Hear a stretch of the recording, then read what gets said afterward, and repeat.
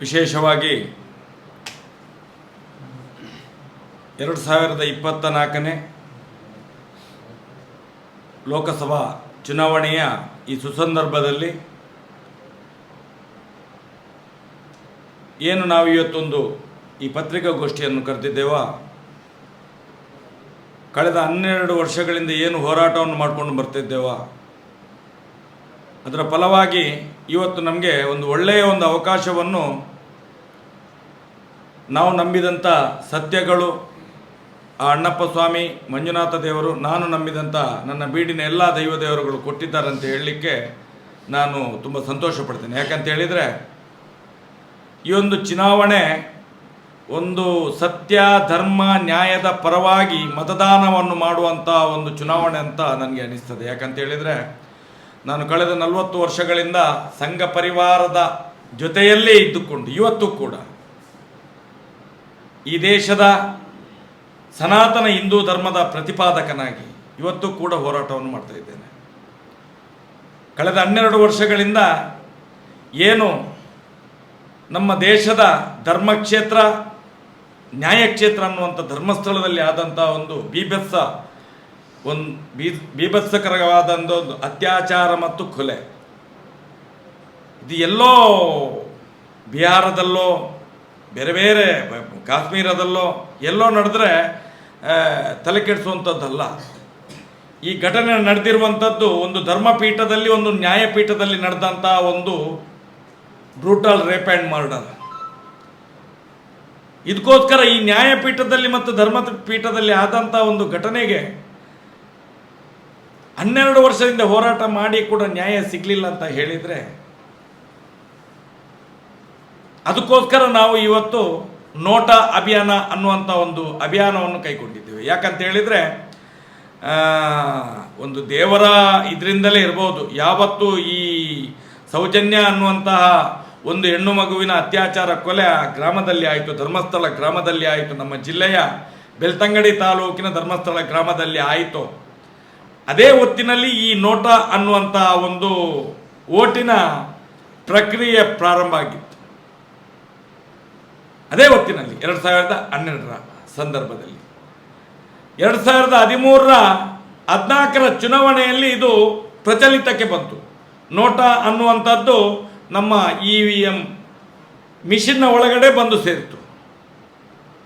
ಅದು 2024ರಂದು ಕೂಡ ಇವತ್ತು ಸೌಜನ್ಯಳ ಹೋರಾಟ ಬಹಳ ದೊಡ್ಡ ಮಟ್ಟದಲ್ಲಿ ಕಳೆದ 9 ತಿಂಗಳಿಂದ ನಿರಂತರವಾಗಿ ನಡೆದಂಥ ಸಂದರ್ಭದಲ್ಲೇ ಬಂತು ಅಂತ ಹೇಳಿದರೆ, ನನಗೆ ಅನಿಸುವಂಥದ್ದು ಈ ಸಲದ ಏನು ಒಂದು ಮತದಾನ ಇದೆಯೋ, ಧರ್ಮಪರ, ನ್ಯಾಯಪರ, ಸತ್ಯಪರ ಅನ್ನುವಂಥ ಜನಗಳು ನಾವಿದ್ದೇವೆ. ತುಳುನಾಡು ಅಂತ ಹೇಳಿದರೆ ಜಗತ್ತಿಗೆ ಮಾರ್ಗದರ್ಶನವನ್ನು ಮಾಡುವಂಥ ಜಾಗ ಅಂತ ಹೇಳ್ತೇವೆ ನಾವು.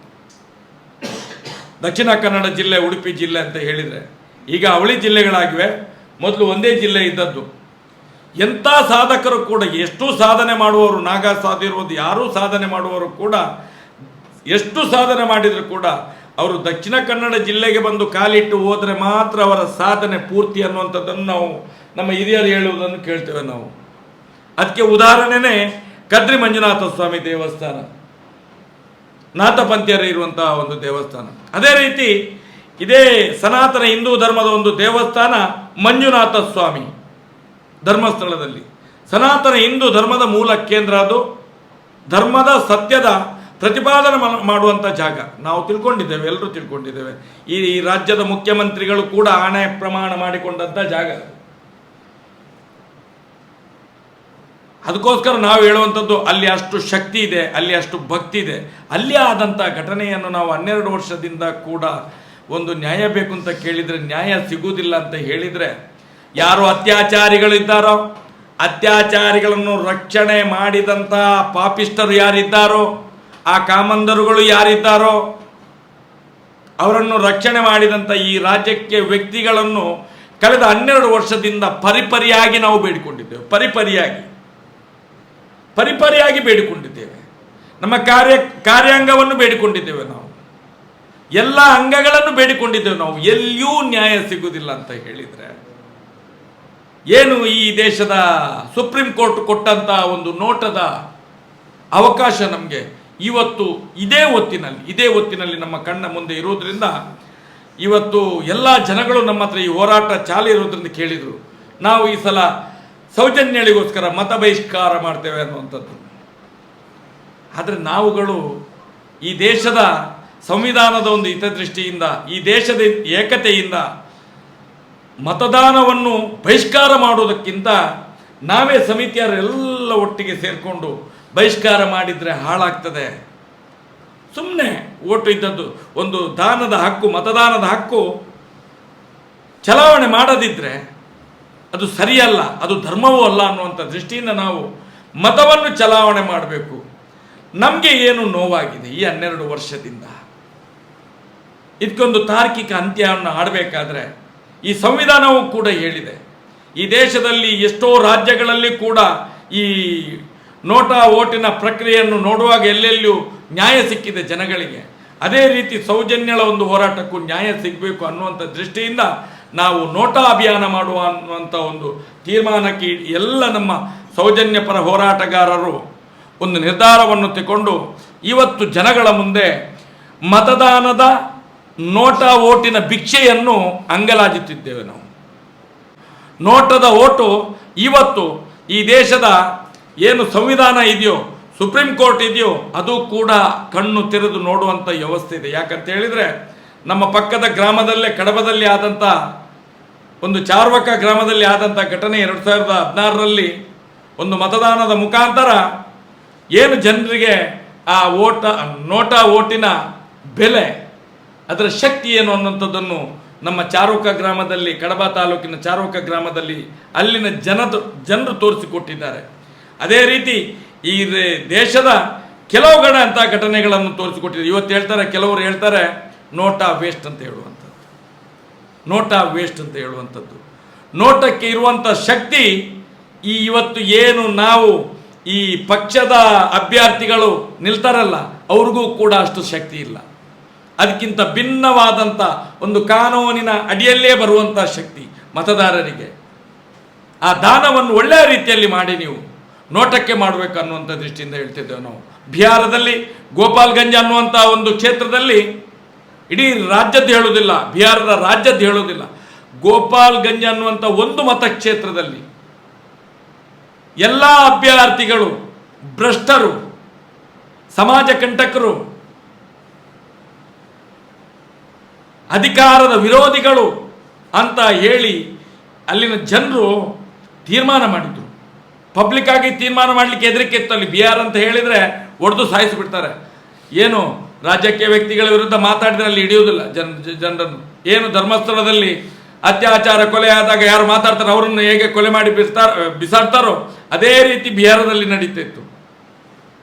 ಆಗ ಜನರು ಒಳಗಡೆಯಿಂದ ಗುಂಪಾಗಿ ಇಂಥ ಲೋಕಸಭಾ ಚುನಾವಣೆ ಬಂದಾಗ 2019ರಲ್ಲಿ ಈ ಒಂದು ನೋಟದ ಓಟನ್ನು ಚಲಾವಣೆ ಮಾಡ್ತಾರೆ.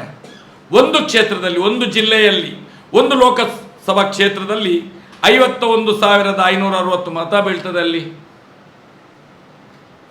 ಮತ ಬೀಳ್ತದೆ.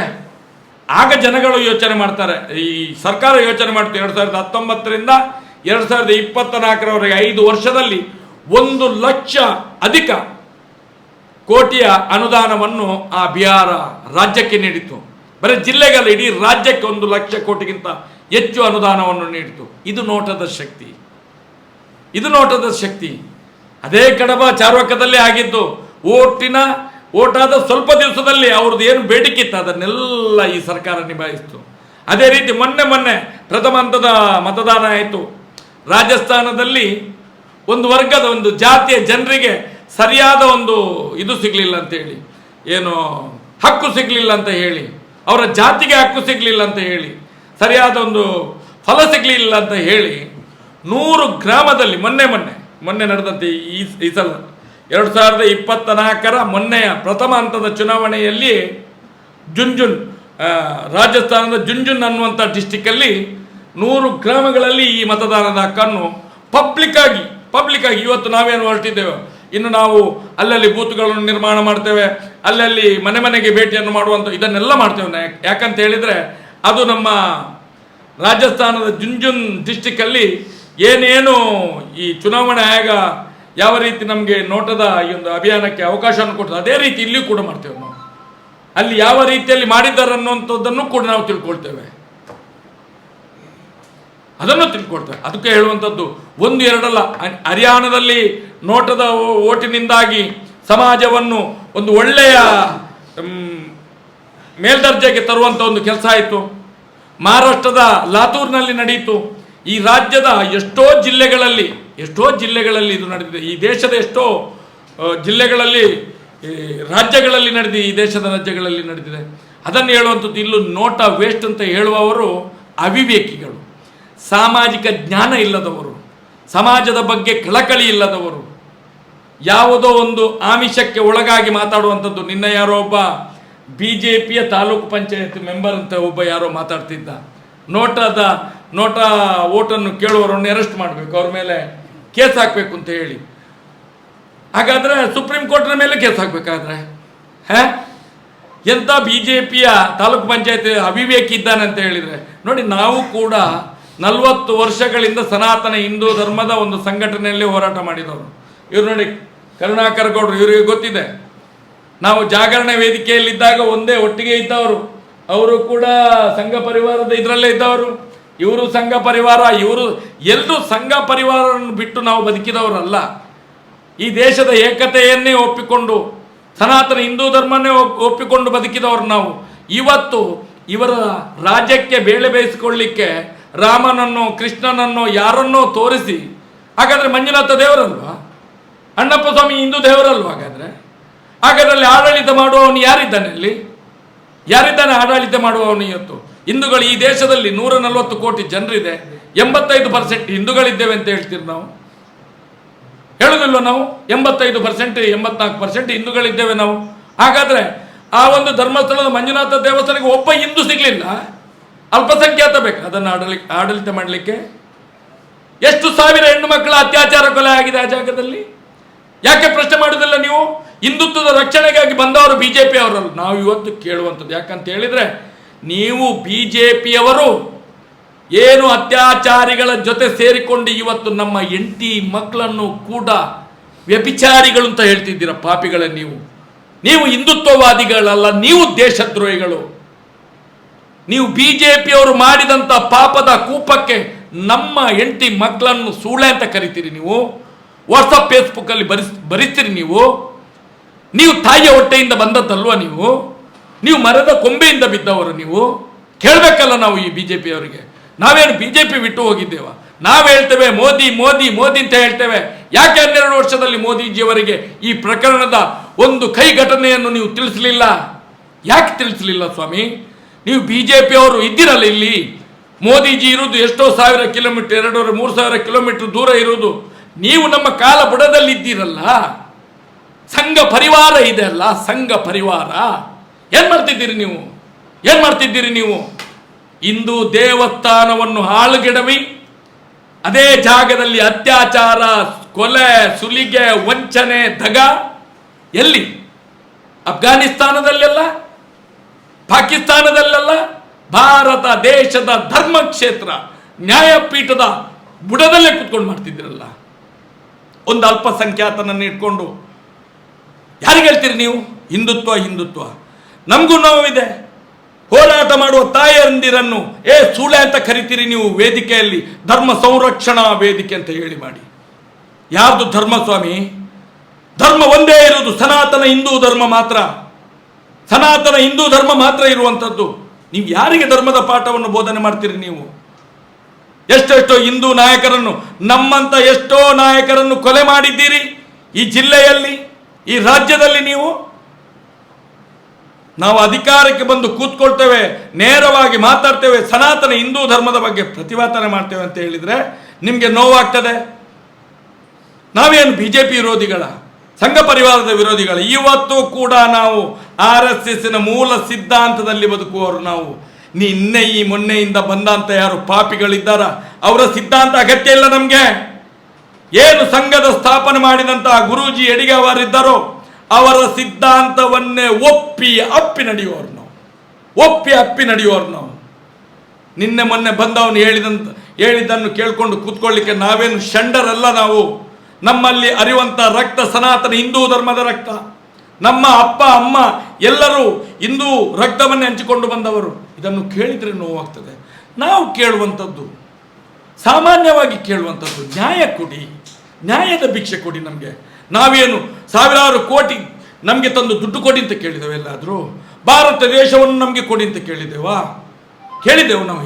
ಇಲ್ಲಲ್ವಾ? ನಾವು ಕೇಳಿರುವಂಥದ್ದು ಒಂದು ಅಪ್ರಾಪ್ತ ಹೆಣ್ಣು ಮಗುವಿನ ಸಾವು, ಅಪ್ರಾಪ್ತ ಹೆಣ್ಣು ಮಗುವಿನ ಸಾವು. ಆ ಸಾವಿಗೊಂದು ನ್ಯಾಯ ಬೇಡವಾ? ನ್ಯಾಯ ಬೇಡವಾ? ಈ ಜಿಲ್ಲೆಯಲ್ಲಿ ನಾವು ನ್ಯಾಯ ಕೇಳಿದರೆ ನಾವು ಹಿಂದೂ ವಿರೋಧಿಗಳು, ಧರ್ಮ ವಿರೋಧಿಗಳು, ಭಯೋತ್ಪಾದಕರಾಗ್ತೇವೆ. ನಾವು SDPI ಅಂತ ಕರೀತಾರೆ ನಮ್ಮನ್ನು, SDPI ಅಂತ ಕರೀತಾರೆ ನಮ್ಮನ್ನು, ಕಮ್ಯುನಿಸ್ಟರ್ ಅಂತೆ ನಾವು. ಅರೇ ಪಾಪಿಗಳೇ, ನೀವು ಮಾಡಿದ ಪಾಪದ ಕೂಪಕ್ಕೆ ನಿಮ್ಮ ಹೆಂಡತಿ ಮಕ್ಕಳು ಕೂಡ ಬಲಿಯಾಗ್ತಾರೆ. ಅದು ಅಣ್ಣಪ್ಪನ ಮಂಜುನಾಥನ ಶಾಪ. ಧರ್ಮಸ್ಥಳ ಗ್ರಾಮದಲ್ಲಿ ಅತ್ಯಾಚಾರಿಗಳ ಜೊತೆ ಶಾಮೀಲಾಗಿ ಅತ್ಯಾಚಾರ ಮಾಡಿದಂಥ ಪಾಪಿಗಳು ನೀವು, ಬಿಜೆಪಿಯವರು. ಇಡೀ ಬಿಜೆಪಿ ಸರ್ಕಾರ ಇದ್ದಾಗಲೇ ಈ ಪ್ರಕರಣವನ್ನು ನಾಶ ಮಾಡಿದ್ದು. ಇಡೀ ಬಿಜೆಪಿ ಸರ್ಕಾರ ಇದ್ದಾಗ ಕಾಂಗ್ರೆಸ್ ಕೂಡ ಶಾಮೀಲಾಗಿದೆ ಇದರ ಜೊತೆಯಲ್ಲಿ. ಬಾಯ್ಬಿಟ್ಟು ಹೇಳಿ ನೋಡುವ, ನೀವು ಕರಿತೇವೆ ನಿಮ್ಮನ್ನು ರಾಜಾರೋಷ. ಹೀಗಿದ್ದೆಲ್ಲ ಗದ್ದಿಗೆ ಗುದ್ದು ಅದು ಇದೆಲ್ಲ ಪತ್ರಕರ್ತರ ಮುಂದೆ ಮಾತಾಡ್ತಿರಲ್ಲ. ತಾಕತ್ತಿದ್ದರೆ ಈ ಜಿಲ್ಲೆಯೆಲ್ಲ ರಾಜ್ಯದಲ್ಲಿ, ಈ ರಾಜ್ಯದ ಮುಖ್ಯಮಂತ್ರಿಯನ್ನು ಕರಿತೇನೆ ನಾನು, ಈ ದೇಶದ ಪ್ರಧಾನಿಯನ್ನು ಕರಿತೇನೆ ನಾವು. ಉತ್ತರ ಕೊಡಿ ನಮಗೆ. ಮಂಗಳೂರಿನಲ್ಲಿ ನಾಡ್ದು ಬರ್ತಿರಲ್ಲ 14ನೇ ತಾರೀಕಿಗೆ, ನಾಳೆ ಉತ್ತರ ಕೊಡಿ. ಗದ್ದಿಗೆಗೆ ಗುದ್ದು ಅಂತ ಮುಖಾಮುಖಿ ಮಾತಾಡುವ. ಏನು ಹಿಂದುತ್ವ ನಿಮ್ದು? ಏನು ಅಜೆಂಡಾ ನಿಮ್ದು? ಏನು ಭಾರತ ದೇಶ? ಹೇಳಿದಾಗ ಬಾಯಿ ಬಿಟ್ರೆ ಮಾತೆ, ಅಮ್ಮ, ತಾಯಿ. ಅರೆ ಪಾಪಿಗಳ, ಒಂದು ಹೆಣ್ಣು ಮಗುವ, 1000 ಹೆಣ್ಣು ಮಗು ಆ ಗ್ರಾಮದಲ್ಲಿ ರಾಜ ರಸ್ತೆಯಲ್ಲಿ ಬಿಸಾಡಿದ್ದೀರಿ. ದಾಖಲೆ ಬೇಕಾ ನಿಮಗೆ? ದಾಖಲೆ ಬೇಕಾ? ನಿಮ್ಮ ಮುಖಕ್ಕೆ ತಂದು ಬಿಸಾಡ್ತೇವೆ ನಾವು. ಎಲ್ಲ ಅಧಿಕಾರಿ ವರ್ಗ, ಕಾರ್ಯಾಂಗ, ಶಾಸಕಾಂಗ, ನ್ಯಾಯಾಂಗ. ಇವತ್ತು ಪತ್ರಿಕಾ ರಂಗ ನಮ್ಮ ನೋವಿಗೆ ಇವತ್ತು ಕಿವಿ ಕೊಡ್ತಾ ಇದೆ. ಇವತ್ತು ಸತ್ಯ ಗೊತ್ತಾಗಲಿಕ್ಕೆ ಪ್ರಾರಂಭ ಆಗಿದೆ. ಇದು ನಮಗೆ ಸಂತೋಷ ಕೊಡುವಂಥದ್ದು. ಇದು ಸಂತೋಷ ಕೊಡುವಂಥದ್ದು ನಮಗೆ. ಪತ್ರಿಕಾ ರಂಗ ಕಳೆದ 12 ವರ್ಷಗಳಿಂದ ಈ ಕೆಲಸ ಮಾಡ್ತಿದ್ರೆ ಇಷ್ಟ ತನಕ ಆರೋಪಿಗಳು ಸರ್ವನಾಶ ಆಗಿ ಹೋಗ್ತಿದ್ರು. ಗಲ್ಲಿನ ಕುಣಿಕೆಯಲ್ಲಿ ನೇತಾಡ್ತಿದ್ರು. ಇವತ್ತು ಯಾರಾದ್ರೂ ಮಾಡಿದ್ರ? ಯಾರೂ ಮಾಡಲಿಲ್ಲ. ಎಲ್ಲ ಬುಕ್ಕಿಂಗ್ ಆದರು. ಅದನ್ನು ನಾನು ಹೇಳುವಂಥದ್ದು, ಸಮಾಜ ಇಷ್ಟು ಹಾಳಾದ ಮೇಲೆ ಎದ್ದುಕೊಳ್ಳುವುದು ತಪ್ಪಲ್ವಾ? ನಾವು ಹೇಳುವಂಥದ್ದು, ನಾವು ಸನಾತನ ಹಿಂದೂ ಧರ್ಮದ ಪರಿಪಾಲಕರು. ನಾವು ಒಂದು ಹೆಣ್ಣು ಮಗು ಅಲ್ಲ, ಅಲ್ಲಿ 1000 ಹೆಣ್ಣು ಮಗಳ ಅತ್ಯಾಚಾರ ಕೊಲೆ ಆಗಿದೆ.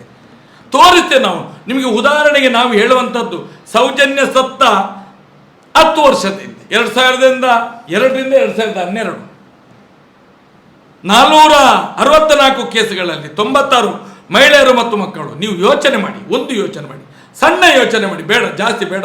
ನಾನು 106 ವರ್ಷದ ಇತಿಹಾಸವನ್ನು ಕೊಡೋದು. ಬರೇ ಸೌಜನ್ಯ ಸಾಯುವುದಕ್ಕಿಂತ 10 ವರ್ಷದಿಂದ 2002ರಿಂದ 2012 464 ಸಾವಾಗ್ತದಲ್ಲಿ ಯಾರು ಏನು ಎತ್ತಂತ ಗೊತ್ತಾಗೋದಿಲ್ಲ. ಅದರಲ್ಲಿ 96 ಮಕ್ಕಳು ಮತ್ತು ಮಹಿಳೆಯರು. ಅದರಲ್ಲಿ 49 ಮಕ್ಕಳು ಮತ್ತು ಮಹಿಳೆಯರದ್ದು ಅಡ್ರೆಸ್ಸೇ ಇಲ್ಲ ಯಾರು ಅಂತ ಹೇಳಿ. ಆ 49ರಲ್ಲಿ 18 ವರ್ಷದ ಕೆಳಗಿನದು ಅಪ್ರಾಪ್ತ ಹೆಣ್ಣು ಮಕ್ಕಳು 18. ಅದರಲ್ಲಿ 6 ವರ್ಷದ ಮಗು ಇದೆ, 9 ವರ್ಷದ ಮಗು ಇದೆ, 12 ವರ್ಷದ ಮಗು ಇದೆ.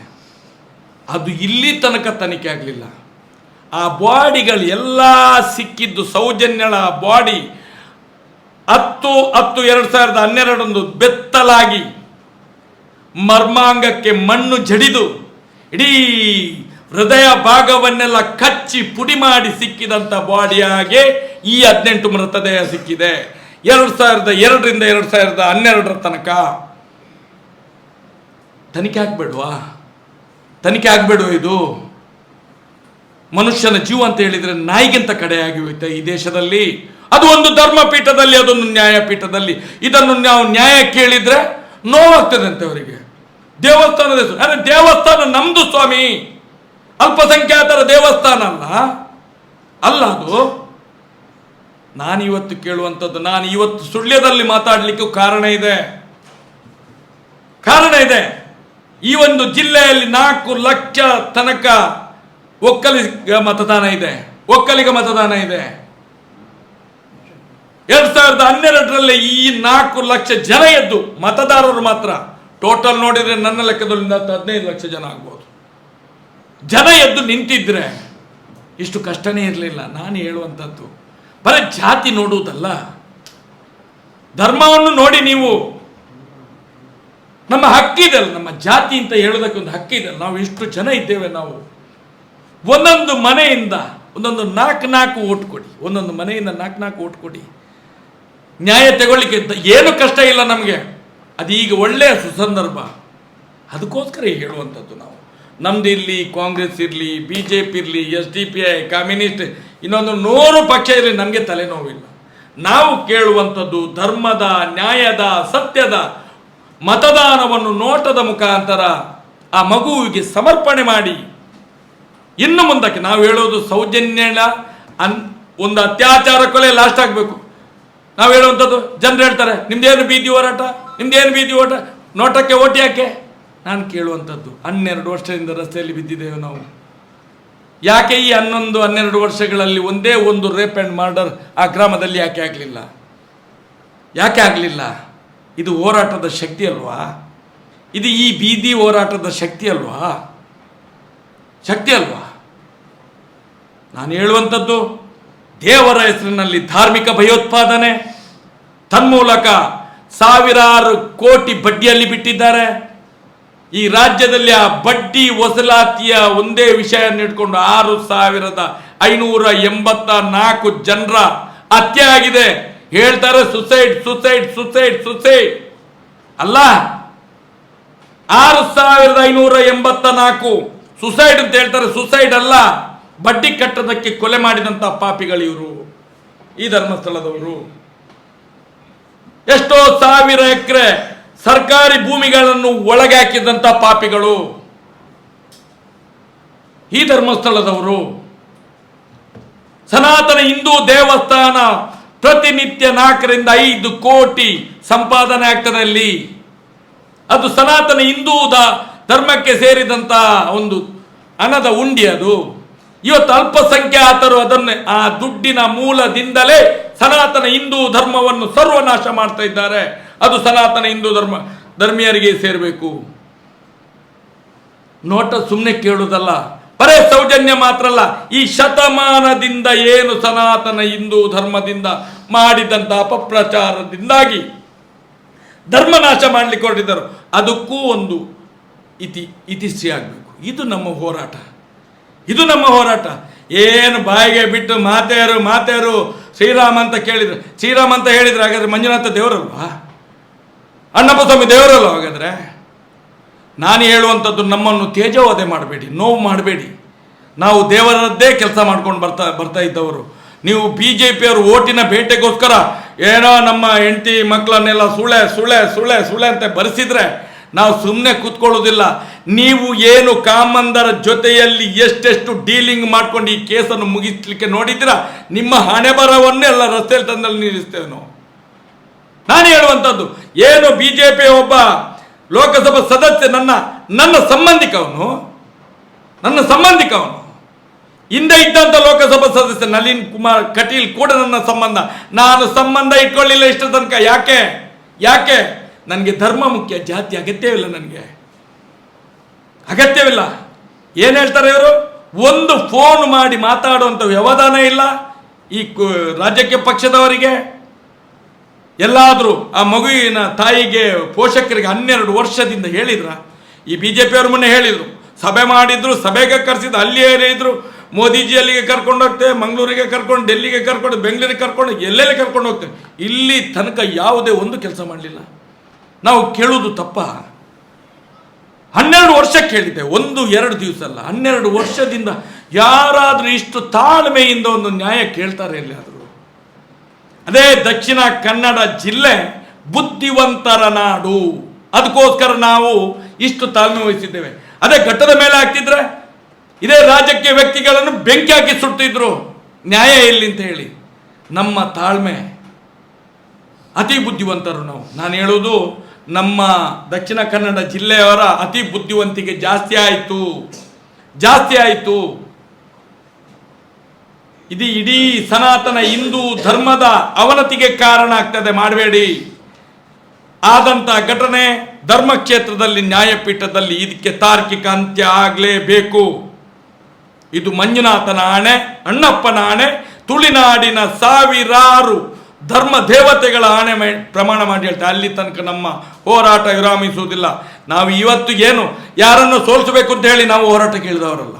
ನಾವು ಹೇಳುವಂಥದ್ದು ಸುಪ್ರೀಂ ಕೋರ್ಟಿನ ಕಣ್ಣು ತೆರೆಸಬೇಕು. ನಮಗೆ ಒಂದು ಅಷ್ಟು ಮತ ಬೇಕು. ನಮಗೆ ಆ ಮತವನ್ನು ನೋಟಕ್ಕೆ ಹಾಕಿ ನಾವು 12 ವರ್ಷ ಬೊಬ್ಬೆ ಹಾಕಿದ್ದೆ, ಇನ್ನೂ ಮೇಲಿನ ತನಕ ಹೋಗಲಿಲ್ಲ.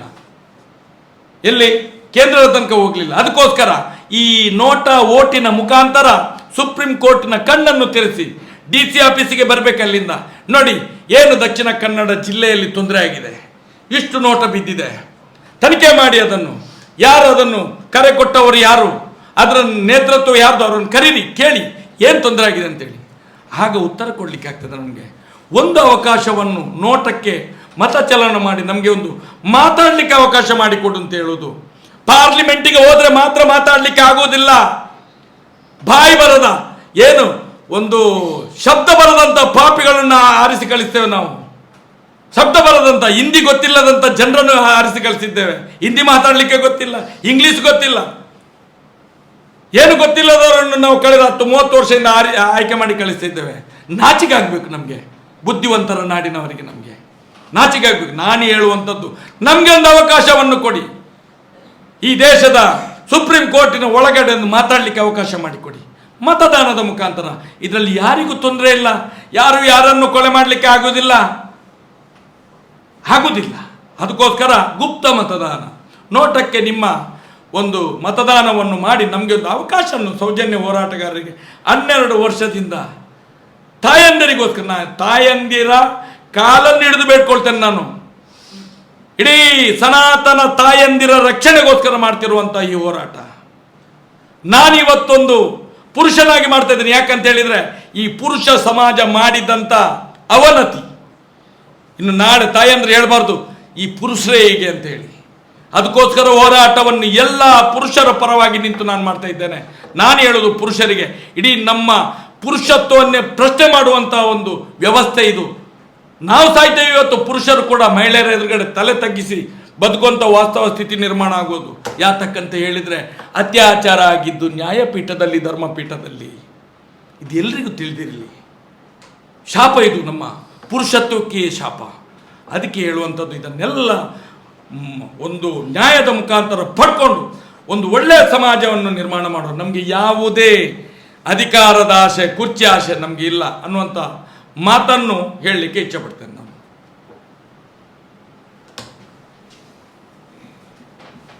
ಯಾರಾದ್ರು ಪ್ರಶ್ನೆ ಇದ್ರೆ ಕೇಳು.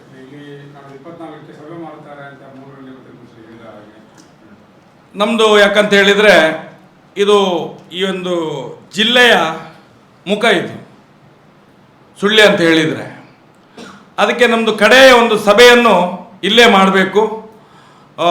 ಅದು ಯಾವ ರೀತಿ ಮಾಡಬೇಕು ಅಂತ ಮುಂದಿನ ದಿನಗಳಲ್ಲಿ ಅದರ ವಿವರಣೆಯನ್ನು ನಾವು ಖಂಡಿತವಾಗಿ ಕೊಡ್ತೇವೆ. ದೊಡ್ಡ ಸಭೆ ಮಾಡಬೇಕು, ಇಡೀ ಜಿಲ್ಲೆಯನ್ನೇ ಇಲ್ಲಿ ಸೇರಿಸಬೇಕು ಅಂತ ಹೇಳಿ ನಮ್ಮದು ಇರುವಂಥದ್ದು. ನಾವು ಎಲ್ಲರೂ ಹೇಳ್ತಾರೆ ಗೆದ್ದ ಜಾಗದಲ್ಲಿ, ಇವತ್ತು ಯಾರೋ ಒಬ್ಬ ಬರೆದಿದ್ದೆ, ಗೆದ್ದ ಜಾಗದಲ್ಲಿ ನೀವು ಸೌಜನ್ಯಗಳಿಗೆ ನೋಟ, ಮತ್ತು ಸೌಜನ್ಯಲ್ಲಿ ಅಮೇರಿಕದಿಂದ ಬಂದವಳ, ಇದೇ ಜಿಲ್ಲೆಯವಳಲ್ವಾ? ಇದೇ ಜಿಲ್ಲೆಯವಳು ಆಗಿದ್ರೆ ಇಲ್ಲೇ ಹೋರಾಟ ಮಾಡಬೇಕು ಬಿಟ್ಟರೆ, ಇಲ್ಲಿಲ್ಲೇ ಸ್ಟಾರ್ಟ್ ಆಗಬೇಕು ಬಿಟ್ಟರೆ ಮತ್ತೆ ಎಲ್ಲಿಂದ ಮಾಡಬೇಕು ನಾವು?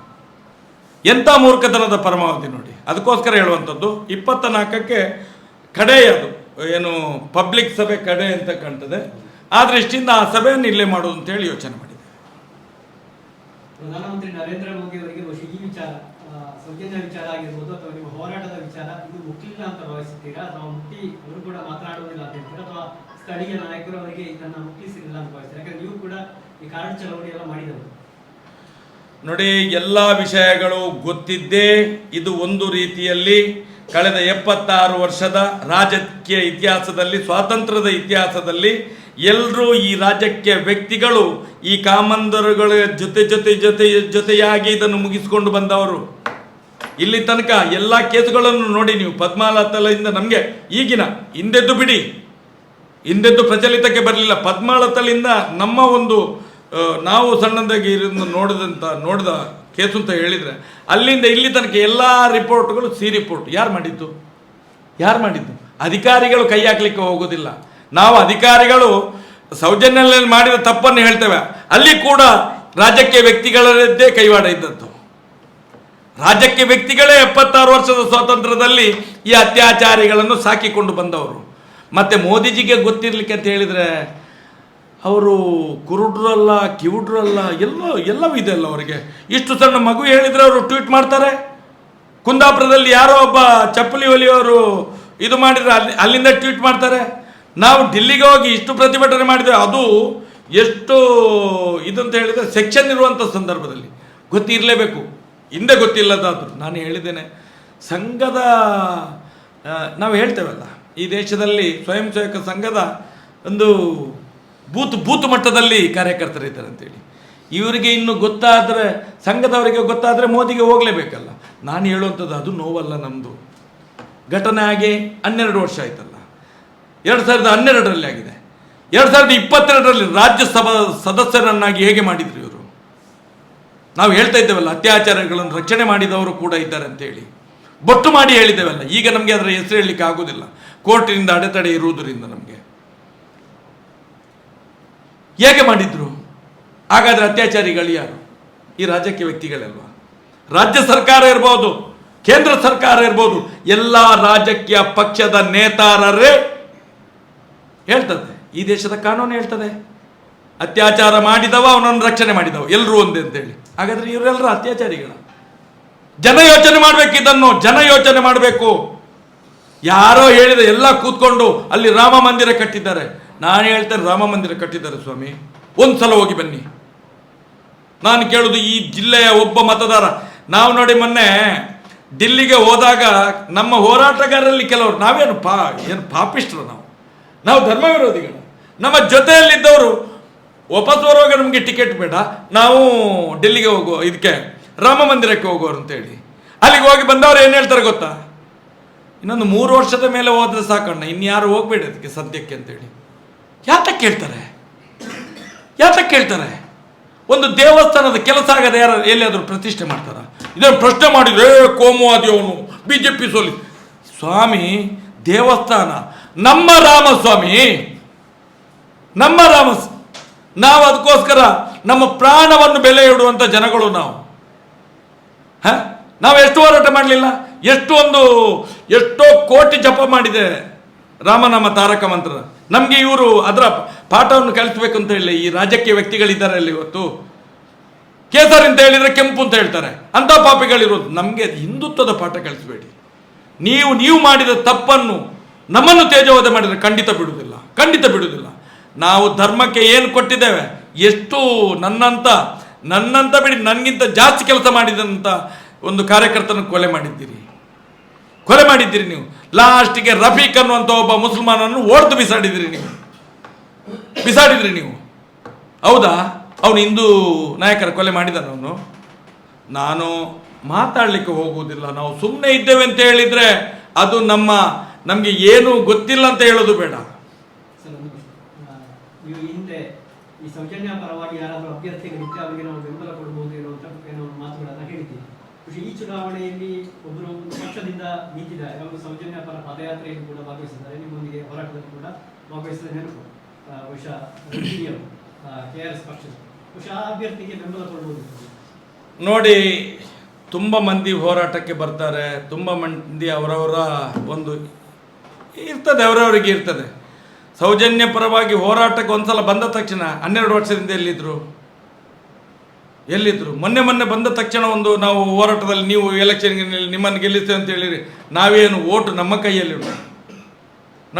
ಇರುವುದಲ್ಲ. ನಾವು ಹೇಳಿದೆ ಅವರಿಗೆ, ನಾವು ನೋಟಕ್ಕೆ ಅಭಿಯಾನ ಪ್ರಾರಂಭ ಮಾಡಿ ಆಗಿದೆ, ನೀವು ಈಗ ಬಂದು ನಾವು ಹೋರಾಟ ಮಾಡಿದೆ ಅಂತ ಕೇಳಿದರೆ ಸಂತೋಷ. ನೀವು ಬಂದದ್ದು ಹೊಸ ಪಕ್ಷ, ನೀವು ಇನ್ನೂ ಬೆಳಿಬೇಕಷ್ಟೇ. ನಿಮಗೆ ಈಗ ನಾವು ಈ ನೋಟದ ಅಭಿಯಾನದ ಜೊತೆಯಲ್ಲಿ ಡಿಕ್ಲೇರ್ ಮಾಡಿದ ಮೇಲೆ ನೀವು ಬಂದು ನಮ್ಮ ಹತ್ರ ಮಾತಾಡಲಿಲ್ಲ ಆಗ್ತದೆ. ಈಗ ಅವರಿಗೆ ಹೇಳಿದೆವು, ಮನೆಗೆ ಬಂದಿದ್ರು ಹೇಳಿದೆವು ನಾವು. ಅವರು ಬಂದದ್ದು ಭಾಳ ಲೇಟ್ ಆಯಿತು. ಆದರೂ ಮುಂದಿನ ದಿನಗಳಲ್ಲಿ ಇದೇ ಹೋರಾಟ ಮಾಡಲಿ ಅಲ್ಲ ಅವರು. ಇದೊಂದು ಬಿಜೆಪಿ ನಾಯಕರು ಮಾಡ್ತಾ ಇರುವಂತಹ ಆರೋಪ. ಈ ನೋಟಾ ಅಭಿಯಾನ ಇದೆ, ಕಾಂಗ್ರೆಸ್ ಪರವಾಗಿ ಮಾಡ್ತಾ ಇದ್ದಾರೆ. ಕಾಂಗ್ರೆಸ್ ಪರವಾಗಿ ಮಾಡ್ತಾ ಇದ್ದೀವಿ. ಇವರೇನು ಇಷ್ಟ ತನಕ ಸತ್ತಿದ್ದಾರೆ?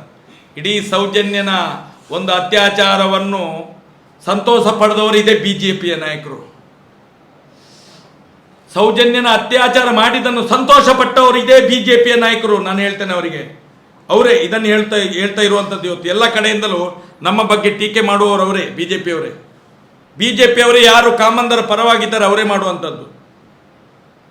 ಸೌಜನ್ಯನ ಅತ್ಯಾಚಾರದಲ್ಲಿ ಕಾಮಂದನ ರಕ್ಷಣೆ ಮಾಡಿ ಸಂತೋಷ ಪಟ್ಟವರು ಇವರು. ಅದಕ್ಕೋಸ್ಕರ ಅವರು ಕೇಳುವಂಥ ಪ್ರಶ್ನೆ, ದಾಖಲೆ ತೋರಿಸಲಿ ಇವರು. ಮೊನ್ನೆ ಜಗದೀಶ್ ಶೆಟ್ಟರ್ ಇದ್ರಲ್ಲ, ಕಾಂಗ್ರೆಸ್ ಅಲ್ಲಿ ಇದ್ರಲ್ಲ, ಈಗ ಯಾರು ಈ ಬಿಜೆಪಿ ಅವರ ಅಪ್ಪನವರು ಜಗದೀಶ್ ಶೆಟ್ಟರ್? ಮೊನ್ನೆ ಕಾಂಗ್ರೆಸ್ನವರ ಅಪ್ಪ ಅಂತ ಹೇಳ್ತಿದ್ರು, ಈಗ ಇವರಪ್ಪನ. ಈಗ ಈಶ್ವರಪ್ಪ ಹೊರಗೆ ಹೋಗಿದ್ದಾರೆ, ನಾಳ್ದು ಪುನಃ ವಾಪಸ್ ಒಳಗಡೆ ಬರ್ತಾರೆ. ಅದನ್ನು ಒಪ್ಕೊಳ್ತಾರೆ ಇವರು? ಒಪ್ಕೊಳ್ತಾರ? ಈಗ ಮೊನ್ನೆ ಕಾಂಗ್ರೆಸ್ಸಿಂದ 17 ಜನ ಒಳಗಡೆ ಬಂದರು, ಬಿಜೆಪಿ ಒಳಗಡೆ ಬಂದರು. ಅವ್ರು ಎಂತೆಂಥ ಪಾಪಿಸ್ಟ್ ಅಂತ ಗೊತ್ತಿದೆ, ಸಮಾಜಕ್ಕೆ ಗೊತ್ತಿದೆ. ಈಗ ಒಳಗಡೆ ತಗೊಂಡಿದ್ರೆ, ಈಗ ಒಬ್ಬೊಬ್ಬರು ಹೊರಗಡೆ ಹೋಗ್ತಾ ಇಲ್ವಾ? ಈ ರಾಜ್ಯಕ್ಕೆ ಅದಕ್ಕೆ ಹೇಳೋದು, ಇದನ್ನು ನಂಬಬೇಡಿ ಜನಗಳೇ, ನೀವು ಮಂಕಾಗಬೇಡಿ. ಈ ಪಾಪಿಗಳು ಎಲ್ಲ ಪಕ್ಷವೂ ಒಂದೇ, ಎಲ್ಲ ಪಕ್ಷವೂ ಒಂದೇ. ಇವರಿಗೆ ಅಪ್ಪನೂ ಒಂದೇ, ಅಮ್ಮನೂ ಒಂದೇ, ಎಲ್ಲವೂ ಒಂದೇ. ಇವರಿಗೆ ರಾಜಕೀಯ ಅನ್ನೋದ್ರಲ್ಲಿ ಅದರಲ್ಲಿ ಬೇರೆ ಏನಿಲ್ಲ. ಅವರವರ ಗಿಮಿಕ್ಸ್ಗಳಷ್ಟೇ, ಜನರನ್ನು ಮೋಸ ಮಾಡುವಂಥದ್ದು. ಅದಕ್ಕೆ ಹೇಳೋದಲ್ಲ, ನಾವು ರಾಜಕೀಯಕ್ಕೆ ಅದಕ್ಕೆ ಹೋಗಲಿಲ್ಲ ಯಾವತ್ತು. ಹಿಂದೂ ಸಂಘಟನೆಯಿಂದ ಕೆಲಸ ಮಾಡಿ ಕರ್ನಾಟಕನಿಗೆ ಗೊತ್ತುಂಟು. ನಾವು ಇಲ್ಲಿ ತನಕ ಯಾವುದೇ ರಾಜಕೀಯ ಪಕ್ಷದ ಕೈಯಾಳುಗಳಲ್ಲ. ಒಳ್ಳೆ ಕೆಲಸ ಮಾಡಿ, ಯಾರು ಇರಲಿ ಅವನು ಈ ದೇಶದ ಬಗ್ಗೆ ಒಳ್ಳೆ ಕೆಲಸ ಮಾಡುವವನಿಗೆ ನಮ್ಮ ಮತ ಅಂತ ಹೇಳಿ. ಈ ನೋಟಾ ಅಭಿಯಾನಕ್ಕೆ ಗ್ರೌಂಡ್ ವರ್ಕ್ ಹೇಗೆ ಮಾಡ್ತೀರಿ ಅಂತ ನಾವು ಬೂತ್ ಇಟ್ಲಿಕ್ಕೆ ಉಂಟಾ ಅಥವಾ ಮನೆ ಮನೆ? ಉದಾಹರಣೆಗೆ ಎಲ್ಲ ರಾಜಕೀಯ ಪಕ್ಷಗಳಿಗೆ ಏನು ಅಂತ ಹೇಳಿದರೆ, ಎಲೆಕ್ಷನ್ ಬಂದಾಗ ಮುಂದ್ಗಡೆ ಬರುವುದು, ಅವ್ರದ್ದು ಅಜೆಂಡಾ ಇರ್ತದೆ. ಅದು ಕೊಟ್ಟಿದ್ದೇವೆ, ಇದು ಕೊಟ್ಟಿದ್ದೇವೆ ಸವಲತ್ತು. ನಮಗೆ ಹಾಗೆಲ್ಲ. ನಮಗೆ ಕಳೆದ 7-9 ತಿಂಗಳಿಂದ ನಿರಂತರ ನಮ್ಮ ಹೋರಾಟ ನಡೀತಾನೆ ಇದೆ. ಇಡೀ ರಾಜ್ಯದಲ್ಲಿ, ದೇಶದ ಒಳಗಡೆನೂ ನಮ್ಮ ಹೋರಾಟ ನಿರಂತರ ನಡೀತಿದೆ.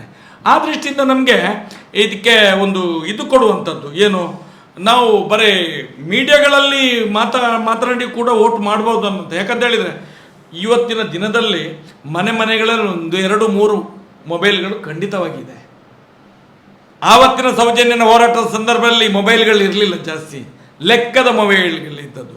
ಇವತ್ತು ಈ ಏನು ಸೋಷಿಯಲ್ ಮೀಡಿಯಾಗಳು ಭಾಳಷ್ಟು ಕೆಲಸಗಳನ್ನು ಮಾಡ್ತಾ ಇದ್ದಾವೆ. ಆ ದೃಷ್ಟಿಯಿಂದ ನಮಗೆ ನೋಟಕ್ಕೆ ಮತಯಾಚನೆ ಮಾಡಲಿಕ್ಕೆ ನಮಗೆ, ಉದಾಹರಣೆಗೆ ನಾನು ನಿಮ್ಮ ಹತ್ರ ಬೇಡ್ಕೊಳ್ಳುವಂಥದ್ದು, ಮಾಧ್ಯಮದವರು ನೀವು ಮನಸ್ಸು ಮಾಡಿದರೆ ಏನು ಮಾಡ್ಬೋದು. ನೀವುಗಳು ಸತ್ಯದ ಪರವಾಗಿ ನಿಂತರೆ ನಾವು ಏನು ಬೇಕಾದರೂ ಮಾಡ್ಬೋದು.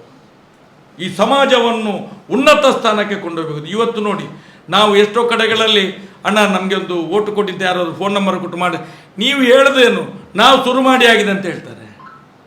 ನಮಗೆ ನೋವಿಲ್ಲ ಇದರಲ್ಲಿ. ಯಾಕಂತ ಹೇಳಿದರೆ ಜನರೇ ಸ್ವಯಂ ಪ್ರೇರಿತರಾಗಿ ಇವತ್ತು ನೋಟಕ್ಕೆ ಮತದಾನವನ್ನು ಯಾಚನೆ ಮಾಡುವಂಥ ಕೆಲಸವನ್ನು ಪ್ರಾರಂಭ ಮಾಡಿ ಆಗಿದೆ.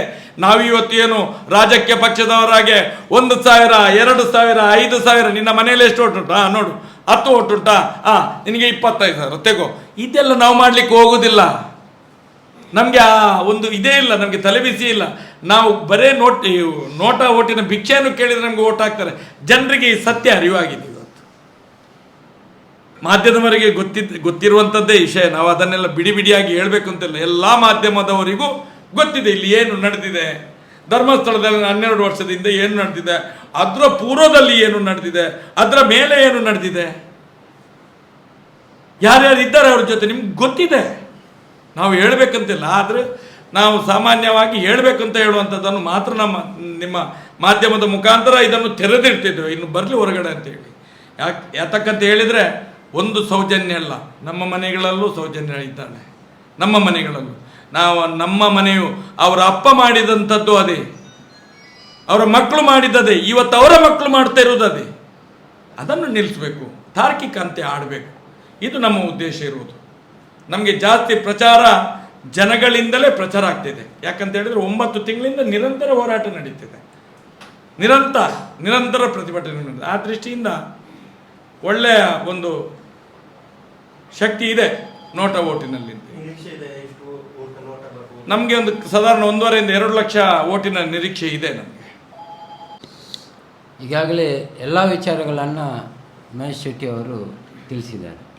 ಈಗ ನಮ್ಮದು ಸುಳ್ಯದ ತಾಲೂಕಿನ ನಾವು ಜನತೆ ಎಲ್ಲಿ ಏನು ಮನವಿ ಮಾಡಿಕೊಳ್ಳೋದಂದರೆ, ಈಗ ನಾಡ್ದು ಬರೋ ಚುನಾವಣೆಯಲ್ಲಿ ನೋಟಕ್ಕೆ ಪ್ರಾಮುಖ್ಯತೆ ಕೊಡಬೇಕು. ಹೋರಾಟದ ಛಾತಿಯುಳ್ಳ ಜನರು ಸುಳ್ಯದವರು, ಹಾಗೆ ಈ ಜಿಲ್ಲೆಯವರು ಕೂಡ ಒಟ್ಟು ಸುಳ್ಯ ಮತ್ತು ಒಟ್ಟು ಜಿಲ್ಲೆಯಲ್ಲಿ ನಾವು ಸುಳ್ಯದ ಕಾರ್ಯಕ್ರಮ ಪ್ರಾರಂಭವಾಗಿ ಮಾಡಿದಂಥ ವಸಂತ್ ಕುಮಾರ್ ಅವರು ನಾವೆಲ್ಲ ಸೇರಿಕೊಂಡು ಸುಳ್ಯದ ಜನತೆಯಲ್ಲಿ ಒಂದು ಮನವಿ ಏನಂದರೆ, ನಾಡ್ದು ನೋಟ ಅಭಿಯಾನದಲ್ಲಿ ಸಾಧಾರಣ ಒಂದು 60-70% ನಾವು ಈ ನೋಟಕ್ಕೆ ಮತ ಚಲಾವಣೆ ಮಾಡಿ ನಮ್ಮ ಸೌಜನ್ಯ ಕೇಸಿನ ಹೋರಾಟದ ಒಂದು ರೂಪಕ್ಕೆ ನೀವೊಂದು ಚೌಕಟ್ಟು ಕೊಡಬೇಕು ಅಂತ ಮನವಿ ಮಾಡಿಕೊಂಡು ಇಡೀ ಜಿಲ್ಲೆಯಲ್ಲಿ ಜಿಲ್ಲೆಯ ಜನರಲ್ಲಿ ಇದನ್ನು ನಾವು ಮನವಿ ಮಾಡ್ತಾಯಿದ್ದೇವೆ. ಮತ್ತು ನಮ್ಮದು ಏನೇ ನಮ್ಮದು ಚಿಂತನೆ